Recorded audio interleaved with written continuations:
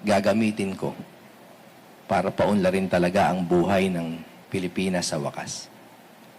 Ako po ay si Jimmy Bondoc, isang boses at isang senatorial candidate under PDP Laban. Maraming salamat po, Sir Jimmy. Tanong po, Gab Humilde, PTV4. Good morning, sir. Nasabi niyo po kanina na nais niyo rin pong maging boses ng entertainment industry po sa Senado. So, kung pala rin po kayo manalo, sir, ano po yung mga panukala po ninyong batas na nais po ninyong ihain? Alam niyo po, ang unang dapat ma-recognize natin ay ang music and entertainment is an economic force and the labor force.